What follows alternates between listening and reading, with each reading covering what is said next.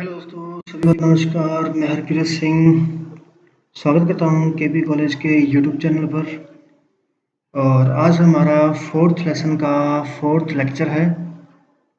भौतिक भूगोल के अंदर हम पढ़ रहे हैं महाद्वीप एवं महासागरीय नेत्र की उत्पत्ति के बारे में। और ये मैं आपको पहले बता चुका हूँ कि ये जो वीडियो है ये सिर्फ बीए पार्ट फर्स्ट के लिए नहीं, अभी तो आप इसमें फर्स्ट ग्रेड का एग्ज़ाम दे रहे हैं ज्योग्राफी में तो, और यदि आप नेट जेआरएफ कर रहे हैं तो आपके लिए ये बेस्ट है। तो देखिए, आज हम देखने जा रहे हैं प्लेट विवर्तनिकी। तो उससे पहले के जो हमने ये टॉपिक देखे थे ये आप सारे के सारे पिछली वीडियो के अंदर देख सकते हैं। और यदि आपको इसकी पीडीएफ चाहिए तो मैंने आपको पहले भी बता रखा है कि आप इस टेलीग्राफ चैनल पर जाकर के आप वीडियो पीडीएफ को ले सकते हैं कि ये हमारे पास में, या आप इस लिंक से सर्च करेंगे तो भी आपको टेलीग्राम का चैनल मिल जाएगा और उसमें आप जाकर के यहाँ से पीडीएफ ले सकते हैं। मैंने ऑलरेडी अपलोड की हुई है। और इसी के साथ साथ आप वहाँ पर किसी भी तैयारी के, किसी भी परीक्षा के संबंधित क्वेश्चनों आंसरों को कर सकते हैं। वहाँ हमेशा प्रश्नोत्तरी चलती रहती है। तो चलिए देखते हैं, आज हमारा देखते हैं छठा हमारा सिद्धांत है। हमने 6 सिद्धांत देखने हैं टोटल के, और जिसमें से 3 सिद्धांत हमारे संकुचन पर डिपेंड करते थे, यानी महाद्वीपों और महासागरों को स्थिर माना जाता था। और अंतिम के जो 3 हमने सिद्धांत देखे हैं वो सारे के सारे क्या कहते हैं कि महाद्वीपों का विस्थापन हुआ है।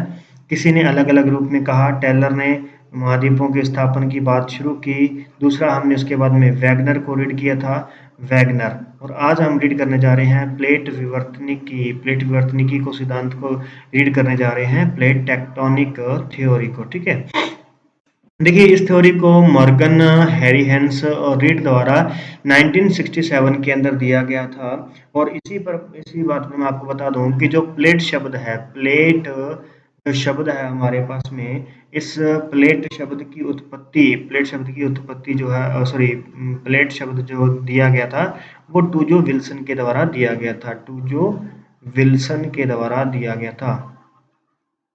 टूजो विल्सन के द्वारा ये प्लेट शब्द दिया जाता है, जबकि प्लेट विवर्तन की थ्योरी जो होती जाती है वो इन तीनों को नाम दिया जाता है। और ठीक है, इसके बाद में आगे चलिए देखते हैं क्या है इस थ्योरी के अंदर। तो ये थ्योरी क्या कहती है कि पूरी भूगर्भ को हमने, पूरी पृथ्वी पर को हमने महासागर और महाद्वीपों को प्लेटों के अंदर विभाजित किया है। देखिए प्लेट किसे कहते हैं, पहले तो ये देखते हैं। एक समान स्थलीय संरचना वाले दृढ़ भूखंड को प्लेट कहते हैं। यानी एक समान स्थलीय संरचना वाला जो दृढ़ भूखंड होता है उसे हम प्लेट कहते हैं। और इन प्लेटों के प्रवाह से संबंधित अध्ययन को हम प्लेट विवर्तनिकी कहते हैं। प्लेट संकल्पना का प्रादुर्भाव 2 तथ्यों के आधार पर हुआ है, महाद्वीपीय प्रवाह की संकल्पना, और एक हुआ है हमारे पास में सागर तली के प्रसार की संकल्पना। अब ये सागर तली के प्रसार की जो संकल्पना है वो किसके द्वारा दी जाती है? हैरी हेंस के द्वारा दी जाती है। इसलिए मतलब दोनों की दोनों बातें भी यही कहती हैं कि प्लेटें हैं, प्लेटों का विवर्तन हुआ है। इसलिए ये जो प्लेट विवर्तन सिद्धांत है वो इन तीनों के नाम जाता है। इसके बाद देखिए प्लेटों के विभाजन की हम बात करते हैं। तो प्लेटें जो है वो किस प्रकार की होंगी? या तो वो महासागरीय प्लेट होगी, या कोई ऐसी प्लेट होगी जिस पर महाद्वीप भी होगा और महासागर भी होंगे, और ऐसी प्लेट भी हो सकती है जो केवल और केवल महाद्वीपों से मिलकर बनी है। तो हमारे पास में 6 मुख्य प्लेटें हैं, ध्यान रखना 6 मुख्य प्लेटें हैं। देखिए जो महासागरीय प्लेट होती है यह कैसी होती है? हल्की होती है, भारी होती है, सॉरी पतली होती है और भारी होती है। पतली और भारी। भारी क्यों होती है? क्योंकि इसका जो घनत्व होता है ना वो 3.0 से 3.1 ग्राम, 3.3 ग्राम से लेकर 3.1 ग्राम प्रति पर सेंटीमीटर क्यूब में होती है। सेंटीमीटर क्यूब, यानी जो हम क्यूब लेते हैं, ये हमारे पास में जो क्यूब होता है उसमें जब आप देखोगे कि इसका वजन कितना है, तो उस क्यूब के अंदर हमारा वजन, इसका जो वजन है वो कितना बनेगा? 3 ग्राम बनेगा। तो इसका मतलब ये उसका क्या है? घनत्व है, उसकी डेंसिटी है कि उसके जो तत्व है वो कितने पास पास हैं। अतः जितनी पतली प्लेट होगी उतनी अधिक सक्रिय होगी। अब प्लेट जितनी पतली होगी उतनी सक्रिय होगी। जैसे कौन सी? प्रशांत महासागरीय प्लेट। तो हमारे पास 1 नंबर में ये आ चुकी है। उसके बाद देखिए महाद्वीपीय और महासागरीय दोनों, जिस पर महाद्वीप भी स्थित हो और महासागर भी हो, ऐसी प्लेट कौन कौन सी है? तो इनके ऊपर महाद्वीप व महासागर दोनों वितरण होता है। ये प्लेटें घनत्व में भिन्नता वाली होती हैं, भिन्नता, क्योंकि महाद्वीपों का घनत्व अलग होता है और महासागरों का अलग होता है। इसलिए इस पर तो महाद्वीप और महासागर दोनों ही है, इसलिए हम इसकी प्रॉपर कोई घनत्व नहीं बता सकते कि इसका घनत्व कितना होगा। तो ऐसी एग्जाम्पल कौन से हमारे पास में इंडो ऑस्ट्रेलियन प्लेट है, अमेरिकन प्लेट है और अंटार्कटिकन प्लेट है। ऐसा क्यों है मैं आपको आगे चल करके बताता हूँ, इसको डायग्राम के अंदर हम देखेंगे तो आपको अच्छे से समझ में आ जाएंगी। तीसरी चौथी प्लेट होगी। अब देखिए जरा महाद्वीपीय प्लेट। महाद्वीपीय प्लेट में पूर्णतः महाद्वीप क्रस्ट के बने कारण ये हल्की होती है और मोटी होती है, यानी महाद्वीप मोटे होते हैं और हल्के होते हैं, क्योंकि इसका जो घनत्व होता है ना वो 2.7 ग्राम 2.7 ग्राम सेंटीमीटर क्यूब होता है, यानी उनसे ये हल्का होता है। जैसे यूरेशियन प्लेट और अफ्रीकन प्लेट, यूरेशियन प्लेट और कौन सी अफ्रीकन प्लेट। तो ये हमारे पास में 6 मुख्य प्लेटें हो चुकी हैं। तो देखिए नोट नोट इसमें एक बात और ध्यान रखनी है कि गोंडवाना लैंड की प्लेटें यूरेशियन प्लेट की तुलना में भारी हैं। एक बात आप इसको भी लेके चलिएगा कि जो गोंडवाना लैंड की प्लेटें हैं वो यूरेशियन प्लेट से क्या होंगी, भारी होंगी, यानी कि अंगारा लैंड से क्या होंगी, वो भारी होंगी। ठीक है। यहाँ एक अलग से बात कही गई है कि प्लेट सीमांत किसे कहते हैं। प्लेट सीमांत प्लेटों के वह भाग जो प्लेट विवर्तनिकी के कारण प्रभावी रहते हैं प्लेट सीमांत कहलाते हैं, यानी किनारे। प्लेट सीमांत किसे कहते हैं, प्लेटों के किनारों को। इन प्लेटों के किनारे ही सर्वाधिक महत्वपूर्ण होते हैं, क्योंकि इन्हीं किनारों के सहारे ही भूकंप, ज्वालामुखी और विवर्तनिक घटनाएं जो होती हैं वो घटित होती हैं। विवर्तन जो होता है वो इन्हीं प्लेटों के सहारे होता है, इन्हीं किनारों के सहारे होता है। चलिए देखते हैं आगे। यहाँ देखिए आप जरा इसमें कुछ हमें शब्दों के बारे में ध्यान रखना है। जैसे शील्ड, शील्ड किसे कहते हैं, तो शील्ड प्लेट के अत्यधिक स्थिर भूभाग, जो अत्यधिक स्थिर भूभाग है। किनारे तो जो होंगे वो सक्रिय होंगे, लेकिन जो बीच वाला पार्ट होगा वो क्या होगा, स्थिर होगा, तो इसलिए उसे हम क्या कहेंगे, शील्ड कहेंगे। जैसे अरेबियन शील्ड, साइबेरियन शील्ड और भारतीय शील्ड। ठीक है। अरेबियन शील्ड जो है वो यूरेशियन प्लेट के थोड़ा सा बीचों बीच है, और साइबेरियन प्लेट जो है वो साइबेरियन जो शील्ड है वो भी यूरेशियन प्लेट के बीचों बीच है। ठीक है। इसी प्रकार भारतीय प्लेट के अंदर वाला। अब इसके बाद देखिए कोल्ड प्लम। कोल्ड प्लम जो है ना, ये नाम जो दिया था कोल्ड प्लम, ये नाम दिया था मॉर्गन के द्वारा। मॉर्गन ने ये नाम दिया था, मॉर्गन ने कोल्ड प्लम। और हॉट प्लम जो नाम दिया था ये टूजो विल्सन ने दिया था, टूजो विल्सन के द्वारा दिया गया था। मैंने आपको पहले टूजो विल्सन नाम बताया है, याद रखिएगा। तो हॉट प्लम टूजो विल्सन के द्वारा बताया गया और कोल्ड प्लम जो है वो मॉर्गन के द्वारा बताया गया। अब कोल्ड प्लम होता क्या है, ये क्रस्ट के निम्न बिंदु जहां से भूगर्भिक ऊर्जा भूगर्भ की ओर गति करती है। यानी पहले क्या होता है, पहले देखो ये हॉट प्लम है, ये हॉट प्लम है, ये एरिया हॉट प्लम है, एचपी हॉट प्लम है। यहाँ से भूगर्भिक जो ऊर्जा है, भूगर्भिक ऊर्जा है वो क्या होगी, जो हॉट प्लम होता है वो एस्थेनोस्फीयर तथा प्रवार में विकसित वह बिंदु है जहां से भूगर्भिक ऊर्जा लगातार क्रस्ट की ओर गति करती है। यहाँ से लगातार ये क्रस्ट की ओर गति करती रहती है, ऊपर की ओर ऊपर आती रहती है। तो ये क्या होता है, ये हॉट प्लम होता है जहां से भूगर्भिक ऊर्जा निकलती है। लेकिन ये जो पार्ट है, ये जो भूगर्भिक ऊर्जा है वो टकराने के बाद फिर से वापस नीचे जाती है, वो क्या होती है, फिर से वापस नीचे जाती है। तो ये जो एरिया होता है ये हमारे पास में होता है कोल्ड प्लम का। ये एरिया कौन सा होता है, कोल्ड प्लम का। तो यही बात इसमें कही गई है, ध्यान रखिएगा। और एस्थेनोस्फीयर यानी प्रवार, एस्थेनोस्फीयर जो होता है ये वाला पार्ट जो होता है, यहाँ तक ये वाला पार्ट जो होता है हमारे पास में एस्थेनोस्फीयर कहते हैं, जिसको हिंदी में कहा जाता है दुर्बलता मंडल कहते हैं। दुर्बलता मंडल कहते हैं। और दुर्बलता मंडल जो होता है ये कहाँ स्थित होता है, ये प्रवार में स्थित होता है। प्रवार यानी कि मेंटल, मेंटल में स्थित होता है। जो हमारे पास में क्रस्ट, मेंटल और कोर, जो हमारे पास में तीन, पृथ्वी की आंतरिक संरचना में जब हम पढ़ते हैं तो ये हमारे पास में तीन बातें आती हैं। जैसे हम सियाल, सीमा और निफे पढ़ते हैं ना, उसी प्रकार से यहाँ हमारे पास में क्या आता है, ये होती है ऊपर वाली क्रस्ट, और ये होती है हमारे पास में मेंटल, और ये होती है हमारे पास में कोर। तो मेंटल को हिंदी में परवार कहते हैं, परवार। ठीक है, परवार। तो ये चीज कह रहा है यहाँ पे। फिर उसके बाद में देखिए मोरेन। मोरेन किसे कहते हैं, तो मोरेन जो होता है ना ये वो इलाका होता है जो इनके बीच का इलाका होता है। ये देखो इसके बीच का जो एरिया ना, ये स्थिर एरिया, ये स्थिर एरिया जो है ना, इसे मोरेन कहते हैं। ये मोरेन कहा जाता है। ये वाला एरिया क्या होता है? मोरेन कहलाता है ये वाला एरिया। ठीक है, यानी जो उसके बीच वाला होगा। जैसे हमने देखा यहाँ पे कि प्लेटें जो होती हैं यहाँ से तो क्या होती है? सक्रिय होती है। ये प्लेटों का किनारा है, यहाँ से प्लेटें क्या होगी? सक्रिय होती हैं। इस एरिया से ये प्लेट का किनारा है, यहाँ से प्लेट सक्रिय होगी। जबकि जहां से प्लेट सक्रिय नहीं होती उसे हम क्या कहते हैं? वो एरिया जो होता है उसे शील्ड कहते हैं ना, ऊपर शील्ड कहते हैं। जबकि अगर यही भाग हम नीचे की ओर देखें स्थिर एरिया को, तो वो हम मोरेन कहेंगे, उसे मोरेन। और उसे जर्मन भाषा के अंदर टेरेन भी कहा जाता है, टेरेन भी कहा जाता है।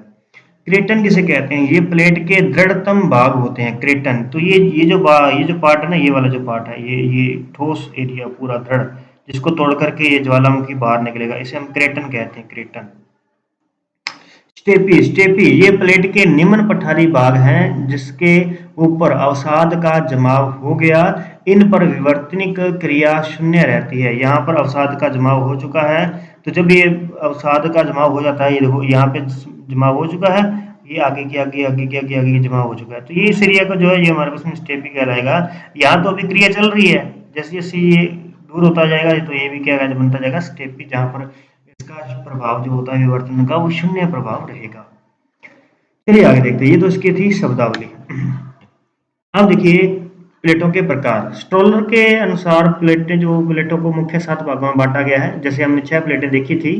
सामान्यतः जो प्लेटें होती हैं वो 6 मुख्य प्लेटें होती हैं और 20 गौण प्लेटें होती हैं, लघु प्लेटें होती हैं। तो इसने जो 7 प्लेटें कही हैं वो क्या कहा उसने? दोनों अमेरिका को इसने अलग अलग बता दिया। इससे क्या होगी? वो 7 होगी, अन्यथा 6 ही प्लेटें हैं।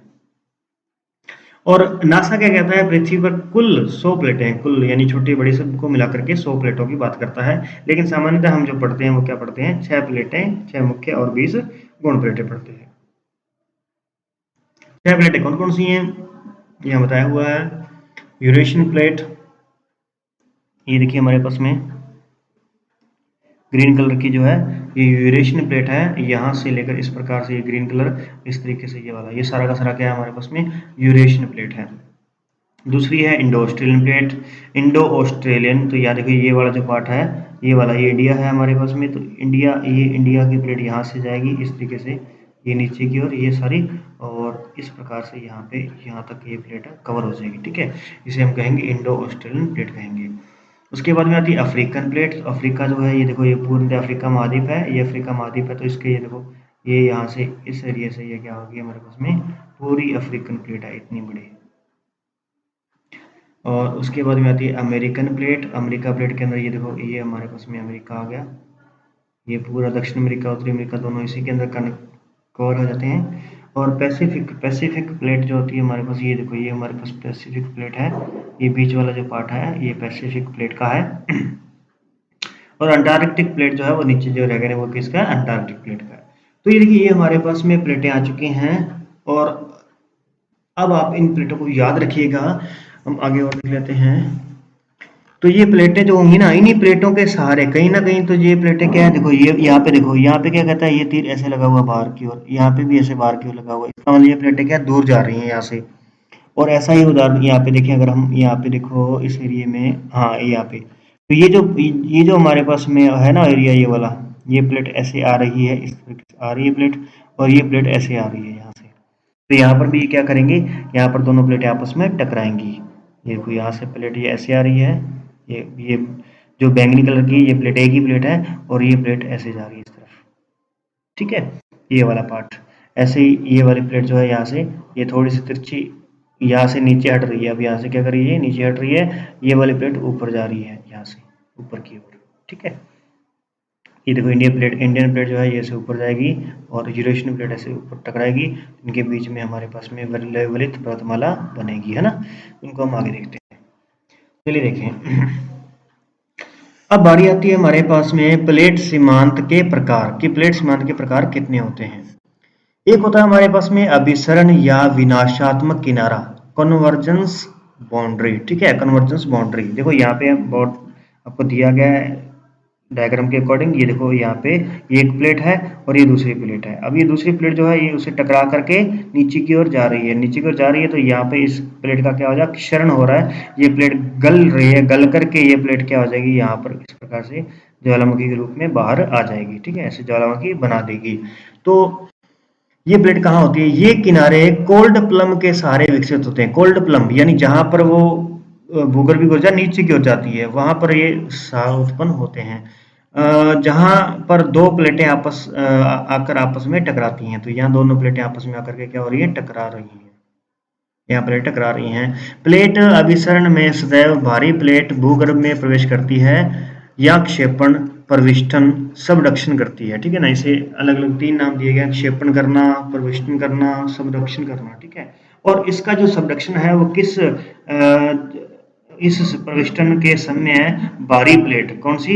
भारी प्लेट जो होती है वो 45 डिग्री से 60 डिग्री का झुकाव रखती है। यहाँ से यानी कि कितने का कोण बनाएगी? यहाँ से अगर आप कोण की बात करते हैं तो 45 से 60 डिग्री का कोण हमारे पास यहाँ पे विकसित होता है। ठीक है, उसके बाद देखिए जरा, सॉरी इस एरिया में बताना है कौन कौन यहाँ पे बताना है, इस एरिया में कौन बताना है, यहाँ पे। ठीक है, ये वाला कौन हमें बताना होता है। तो देखिए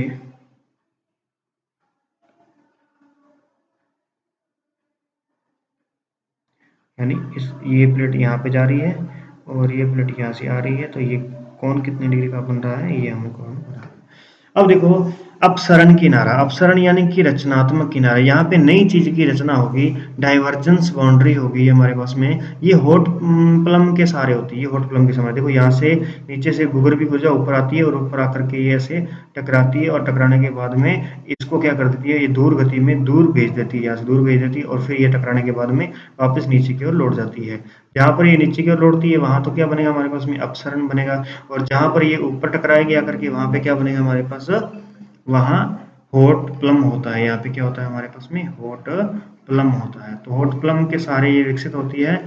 और अपसरण किनारों के सहारे भूगर्भ का नवीन पदार्थ क्रस्ट पर निर्मित होता है, इसलिए इन्हें रचनात्मक किनारा कहते हैं।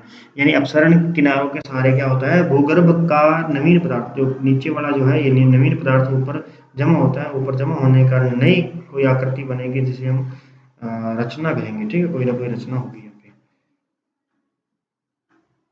अब देखिए संरक्षी या रूपांतरण किनारा। संरक्षी रूपांतरण, जब दो प्लेटें एक दूसरे के समांतर गति करते हुए सीमांत का निर्माण करती हों तो उन्हें संरक्षी किनारा कहते हैं। देखो जैसे एक प्लेट ऐसे आ रही है, एक प्लेट ऐसे जा रही है ना, ये देखो ये समांतर है, तो यहाँ पे जो किनारा बनेगा वो हमारे पास में कौन सा बनेगा? संरक्षी किनारा। यहाँ पे सबडक्शन हो रहा है, सबडक्शन नीचे की ओर प्लेट जा रही है। ठीक है, तो यहाँ पे क्या बनेगा हमारे पास में? कन्वर्जेंस बाउंड्री बनेगी। और ये हमारे पास में दोनों प्लेटें दूर दूर जा रही हैं, दूर दूर जा रही हैं, तो यहाँ से नीचे से लावा ऊपर उठ रहा है, तो ये हमारे पास में डाइवर्जन बाउंड्री होगी।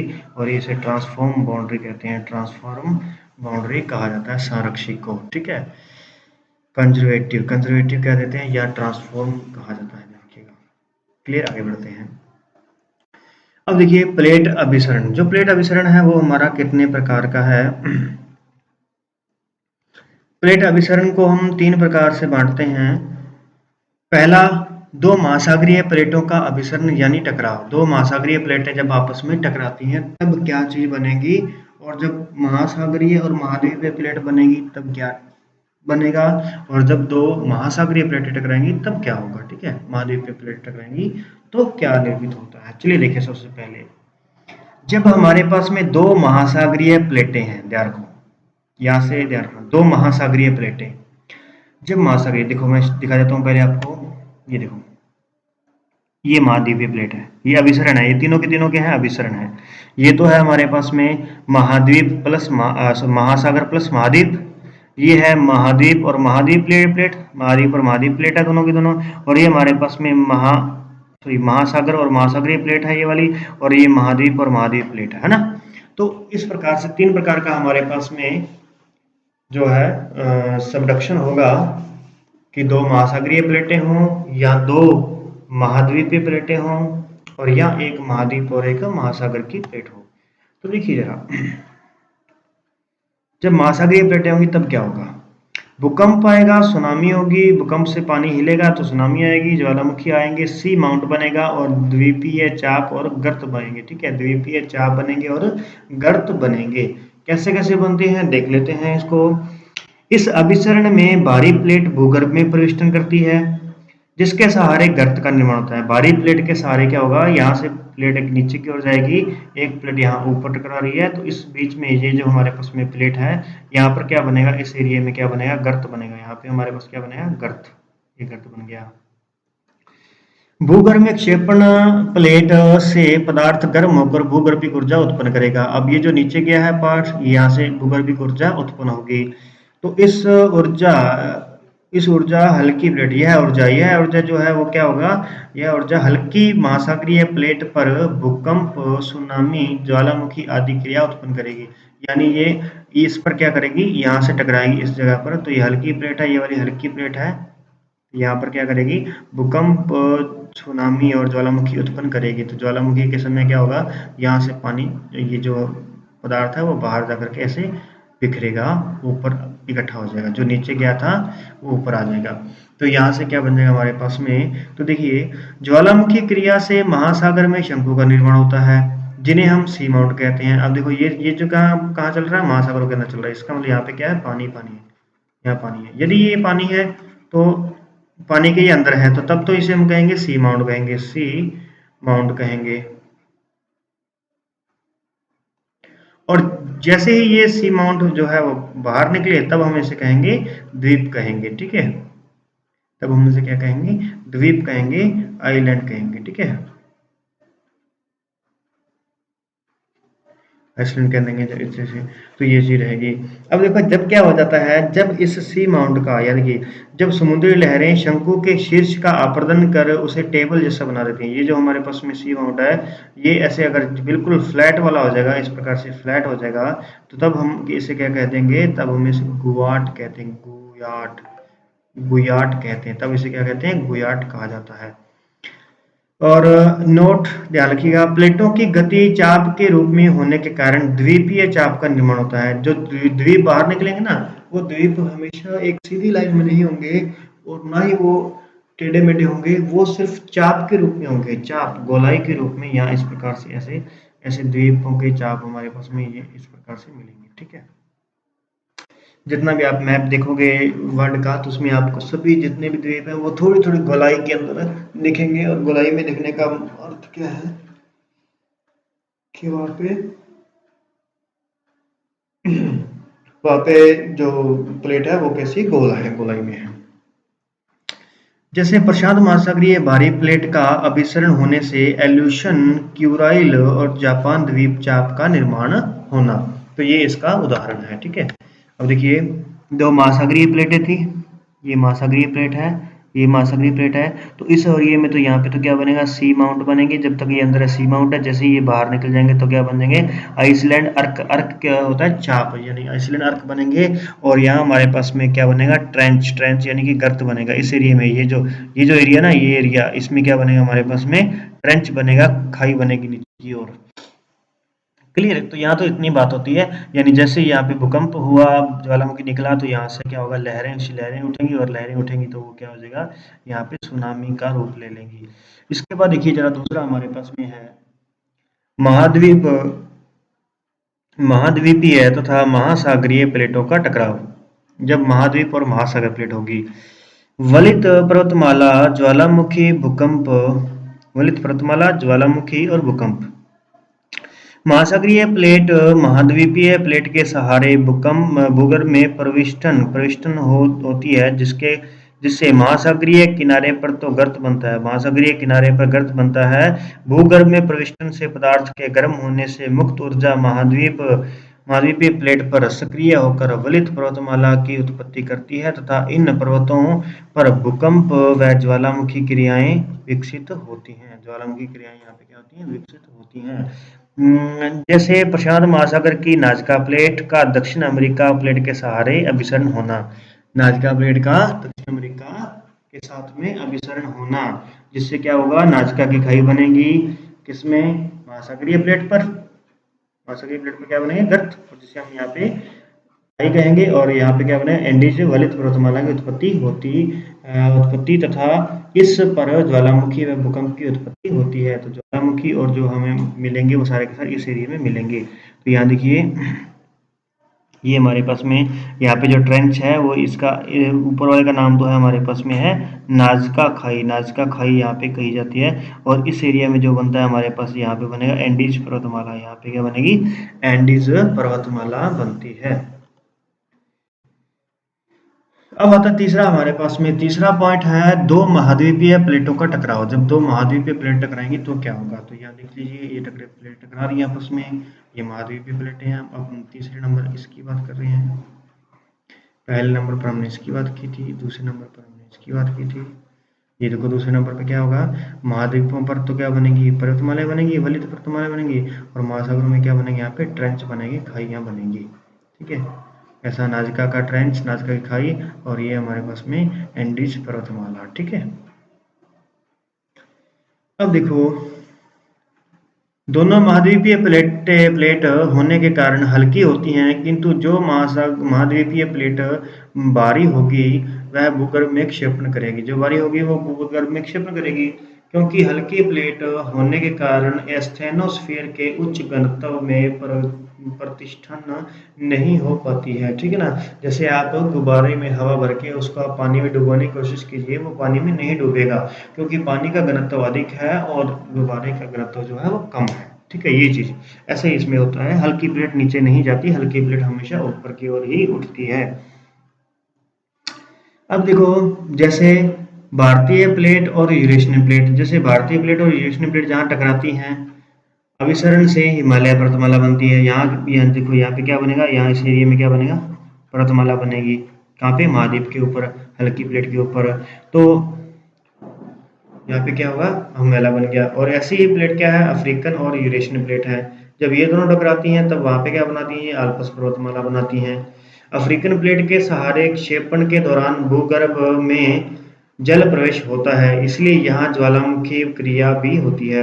यानी यहाँ पे अफ्रीकन प्लेट जो है ना, अफ्रीकन प्लेट इस तरह अफ्रीकन प्लेट है यहाँ पे, तो वहाँ पे जल भी भूगर्भ में जाता है। जल भूगर्भ में जाने के कारण वहां से क्या होता है? वो ज्वालामुखी निकलते हैं, तो ज्वालामुखी निकलते हैं, सक्रिय ज्वालामुखी रहते हैं। यहाँ पे क्या मिलेंगे? सक्रिय ज्वालामुखी। जबकि भारत में ऐसा नहीं होता, हिमालय पर्वतमाला पर ज्वालामुखी नहीं फटते हैं। क्यों नहीं फटते? क्योंकि यहाँ पे भूगर्भ में इसके साथ साथ में पानी नहीं जाता है, इसीलिए यहाँ पे ज्वालामुखी नहीं होते। चलिए देखते हैं। ये आप देख सकते हैं मैरियाना ट्रेंच है। ये मैरियाना ट्रेंच बहुत, ये मैरियाना ट्रेंच जो है हमारे पास में 36,400 फीट जो है वो गहरा है। मैरियाना ट्रेंच जो है गर्त बनेगा, महासागरीय प्लेटों के बीच में गर्त बनता है। यहाँ पे महासागरीय प्लेट और ये भी महासागरीय प्लेट है। ठीक है, यहाँ पे देखिए, यहाँ पे बताऊँ आपको मैं, ये देखो मेरियाना ट्रेंच, मेरियाना ट्रेंच हो गया, चैलेंजर डीप कहते हैं इसको। और ये देखो क्यूराइल ट्रेंच हो गया, एल्यूशन ट्रेंच हो गया, जापान ट्रेंच हो गया। तो ये जापान द्वीप है हमारे पास, ये जापान एरिया है। तो जापान द्वीप की उत्पत्ति भी ऐसी होती है कि यहाँ पे हमारे पास में महासागरीय प्लेट, और ये भी महासागरीय प्लेट है, जब यहाँ पे टकराती हैं तो यहाँ पे बीच में गर्त और नीचे गर्त और ऊपर की ओर क्या बना देती हैं? द्वीप बना देती हैं। ठीक है, और ये द्वीप जितने भी होंगे ये गोलाई में होंगे। देखो यहाँ पे ये जो द्वीप है, जितने भी देख रहे हो ये द्वीप है, ये गोलाई में है, ये वाला द्वीप गोलाई में है। इस प्रकार से ये द्वीप भी क्या है? गोलाई के अंदर है। चलिए आगे देखिए। और यहाँ पे ऐसी ही गर्त आप इसमें देख सकते हैं। देखो जावा ट्रेंच है, जावा ट्रेंच जो है ये देखो, ये वाला गोल है यहाँ पे। ठीक है, ऐसे ही यहाँ पे क्या बनता है हमारे पास में? अंडमान निकोबार। ये देखो अंडमान निकोबार द्वीप समूह है ना जो, वो भी ऐसे गोलाई में है, वो गोलाई में है। गोलाई में होने का कारण क्या है? क्योंकि ये जो प्लेट है, ये जो इंडियन प्लेट है हमारे पास में, उस प्रकार से है। Indo Australian plate. ठीक है, इंडो ऑस्ट्रेलियन प्लेट जो है ऐसे ये जुड़ी हुई है, इस प्रकार से जुड़ी हुई है। तो ये प्लेट ऐसे इस ओर खिसक रही है, जिस कारण से क्या हो रहा है? यहाँ पे सबडक्शन होने के बाद में ज्वालामुखी पर्वतों का निर्माण होता है। चलिए आगे बढ़ते हैं। ये आप देख सकते हैं यहाँ पे इस तरह ये हमारे पास में पैसिफिक प्रशांत महासागरीय प्लेट है। तो ये देखो यहाँ अमेरिकन प्लेट यहाँ पे है, और यहीं जापान बना हुआ है। और ये फिलीपींस प्लेट है, तो फिलीपींस सी प्लेट है, ये सी प्लेट है। तो सी प्लेट होने के कारण यहाँ पे क्या बनता है? फिलीपींस द्वीप बनते हैं, और यहाँ पे मैरियाना गर्त बनता है। ठीक है, मैरियाना गर्त। तो ये आप देख सकते हैं यहाँ पे जो है ऑस्ट्रेलियन, इंडो ऑस्ट्रेलियन प्लेट है, ठीक है। इस तरफ हमारे पास में नाजका प्लेट है, ये नाजका प्लेट है, यहाँ साउथ अमेरिका प्लेट है। तो यहाँ पे ये नाजका की खाड़ी बनाती है, नाजका की खाड़ी, और इस तरफ एंडीज पर्वतमाला बनती है, ठीक है। आगे देखिए। अब देखते हैं प्लेट अभिसरण। प्लेट अभिसरण का मतलब अब हमें देखना है। देखो ये देखो, इस प्रकार से प्लेट अभिसरण होता है, ये प्लेट अभिसरण होता है, और नीचे से लावा निकलता रहता है, वो आगे की ओर चलता रहता है, ठीक है। ये देखो ऐसे आगे की चलता रहता है।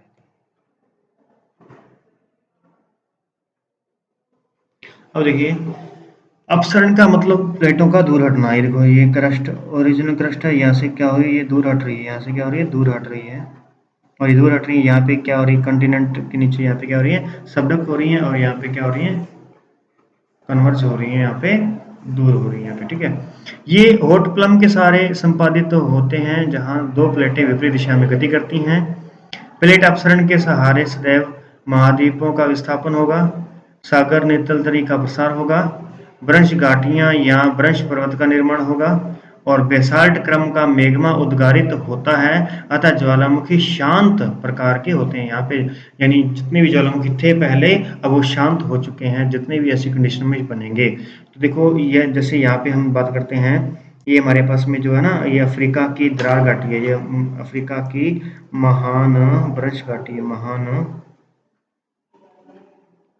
ब्रंश घाटी है। तो महान ब्रंश घाटी जो है, इस पर क्या है, दरार हो चुकी है, एक प्लेट इधर जा रही है, एक प्लेट इस तरफ जा रही है, तो ये बीच में दरार बन रही है, ठीक है। और ये इस प्रकार से जो है लावा निकल के ऐसे आगे की आगे चलता रहता है। प्लेटें दूर दूर चलती रहती, दूर जाती रही हैं, जो पास में होगा, आपका जो एरिया पास में होगा, यहाँ नवीनतम लावा होगा, और जैसे जैसे हम दूर जाएंगे वैसे वैसे लावा क्या होता जाएगा, पुराना होता जाएगा, ऐसे इस प्रकार से। तो इस प्रकार से महासागरों का क्या होता है, विस्तार होता है। महासागर ऐसे दूर दूर हटते जाते हैं, और बीच में नया स्थलखंड निकलता आता है। तो इसे हम इसीलिए रचनात्मक किनारा कहते हैं, रचनात्मक किनारा इसीलिए हम कहते हैं इसको, ठीक है। अब देखिए, जैसे मध्य अटलांटिक कटक के सहारे अमेरिकन प्लेट का अलग होना, मध्य अटलांटिक कटक के सहारे अमेरिकन प्लेट अलग होती है, और अफ्रीका की महान ब्रंश घाटी, तो अफ्रीका की ये महान ब्रंश घाटी है। सोमालिया प्लेट व नुबियन प्लेट के कारण मृत सागर से लेकर विक्टोरिया झील तक 5400 किलोमीटर लंबी ब्रंश घाटी बनी हुई है। ब्रंश घाटी का निर्माण हुआ है, कितनी, 5400 किलोमीटर, 5400 किलोमीटर है ये, ठीक है ना। तो यहाँ कौन कौन सी प्लेटें हैं, सोमालिया और नुबिया प्लेट जो है, इस तरफ सोमालिया और नुबिया प्लेट यहाँ पे है, और इस तरफ हमारे पास में अफ्रीकन प्लेट है, अफ्रीकन प्लेट इस तरफ हट रही है यहाँ पे। नोट ध्यान रखिएगा, अमृत सागर ब्रंश घाटी का हिस्सा है, जबकि विक्टोरिया झील क्रेटर झील है। विक्टोरिया झील जो है वो उस इसके बिल्कुल पास में, इसके बिल्कुल पास में क्रेटर झील है। जब कोई ज्वालामुखी फटता है, तो ज्वालामुखी फटता है तो उसके ऊपर का जो भाग है वो उड़ जाता है, इस प्रकार से उड़ जाता है, ये ऐसे बनता है, ऊपर वाला भाग ऐसे बनता है। तो यहाँ पानी भरने के कारण यहाँ पे क्या हो जाता है, इसको क्रेटर झील कहते हैं। विश्व का सबसे बड़ा प्लेट अपसरण क्रिटेशियस युग में हुआ था। सबसे बड़ा प्लेट अपसरण जो है वो कब हुआ था, क्रिटेशियस युग के अंदर हुआ था, प्लेटें दूर दूर हुई थी। संरक्षी या रूपांतरण किनारा देख लीजिए। संरक्षी रूपांतरण किनारा जब क्या होता है, दो प्लेटें आपस में, एक इस तरफ जा रही प्लेट, एक इस तरफ जा रही है, ठीक है। जब दो प्लेटें एक दूसरे के समांतर गति करती हों तो उनके किनारे रूपांतर सीमांत का निर्माण करते हैं, जिससे रूपांतरण भ्रंश का निर्माण होता है। रूपांतरण भ्रंश का निर्माण होता है, जैसे कुआन डी जुआ हमारे पास में प्लेट है, जहाँ इसको फुआन डी जुआ भी कहते हैं, फुआन डी जुआ प्लेट भी कहते हैं। तो प्लेट उत्तरी अमेरिका प्लेट के सहारे सैन एंड्रियाज ब्रंश का निर्माण करती है, सैन एंड्रियाज ब्रंश का निर्माण करती है। यहाँ पर ब्रंश जनित भूकंप उत्पन्न होते हैं। यहाँ पे क्या होते हैं, ये देखो इस तरफ क्या है हमारे पास में, ये जो एरिया है, ये तो है हमारे पास में नॉर्थ अमेरिका की प्लेट है, और इस तरफ हमारे पास में जो है वो कुआन डी जुआ हमारे पास में प्लेट है, कुआन डी जुआ। क्लियर दोस्तों। तो ये सैन एंड्रियाज फॉल्ट है, सैन एंड्रियाज बीच में क्या है हमारे पास में गर्त है, और उसके आसपास में ये देखो फॉल्ट बने हुए हैं यहाँ पे। ठीक है, ये चीज़ हमारे पास में हो चुकी है। अंत में हम देखते हैं दोनों के बीच में क्या डिफरेंस है। चलिए देखिए, एक बार पहले हम एक नज़र घुमा लें कि हमने क्या-क्या देखा है आज। जो हमारे पास में प्लेट विवर्तनिकी है, उस सिद्धांत को देखा। प्लेट विवर्तनिकी, उसमें प्लेटों का विभाजन किया। प्लेटों के विभाजन के बाद में हमने कुछ शब्दों की शब्दावली को देखा। फिर प्लेटों के प्रकार हैं, प्लेटों के हमने 6 मुख्य प्रकार और 20 गौण प्रकार बताए हैं। तो ये यहाँ पे सारे के सारे यहाँ पे दिए हुए होंगे, आगे दिखता हूँ। प्लेट सीमांत के प्रकार हैं। प्लेट सीमांत कैसे-कैसे होती है? एक तो उसका सबडक्शन होगा, अपसरण प्लेट होगी, एक अभिसरण होगी, एक हमारे पास में संरक्षी प्लेट होगी। और ये इस प्रकार से है, ठीक है।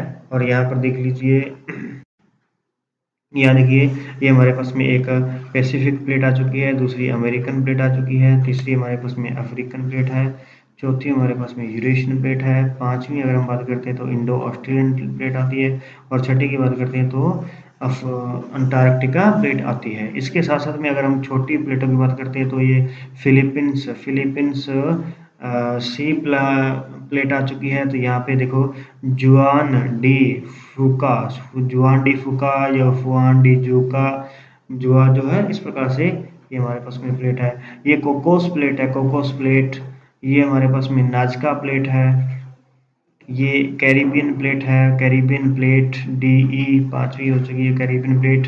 कैरिबियन प्लेट के बाद में देखो स्कोटिया, स्कोटिया प्लेट जो है हमारे पास में, ये होगी छठे नंबर पे, एफ आ चुका है स्कोटिया प्लेट।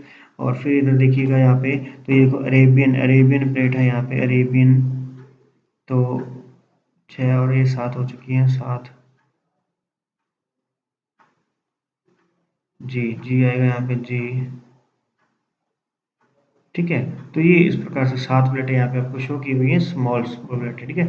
इसके अलावा कईयों के नाम यहाँ पे आए थे, जैसे यहाँ पे हमारे पास में सोमालिया थी, नम्बिया थी, तो वो थी इस प्रकार की, ठीक है। तो इस प्रकार 20 हमारे पास में स्मॉल प्लेटें आती हैं। प्लेट अपसरण यानी कि दूर हटना, संरक्षी यानी कि एक दूसरे के साथ में घर्षण करना। और अंत में देख लेते हैं वैगनर और प्लेट विवर्तनिकी में क्या डिफरेंस है। तो वैगनर ने जो इसके लिए बल बताया वो ज्वारीय बल, प्लवनशीलता बल और गुरुत्वाकर्षण बल बताया था।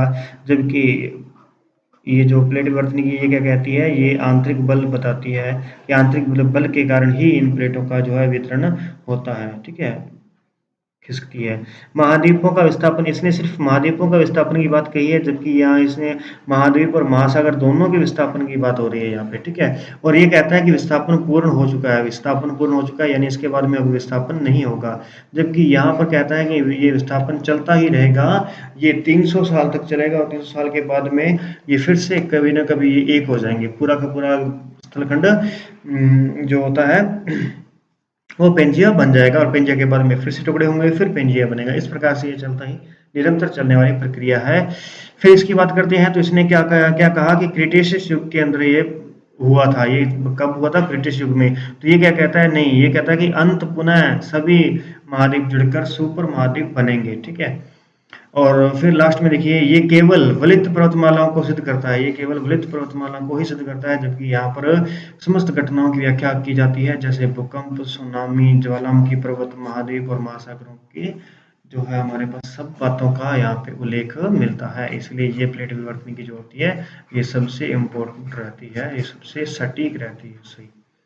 ठीक है दोस्तों, आज के लिए इतना ही धन्यवाद। मिलते हैं नेक्स्ट क्लास के अंदर। तो तब तक के लिए धन्यवाद। आप इस वीडियो को शेयर और लाइक करना मत भूलिएगा, और टेलीग्राम चैनल को सब्सक्राइब कीजिए, और वहां पर आकर के प्रश्नोत्तरी खेलिए, प्रश्नोत्तरी का मजा लीजिए, और जो भी पीडीएफ आपको चाहिए वो आप यहाँ से पीडीएफ ले सकते हैं। ठीक है दोस्तों, मिलते हैं नेक्स्ट क्लास में।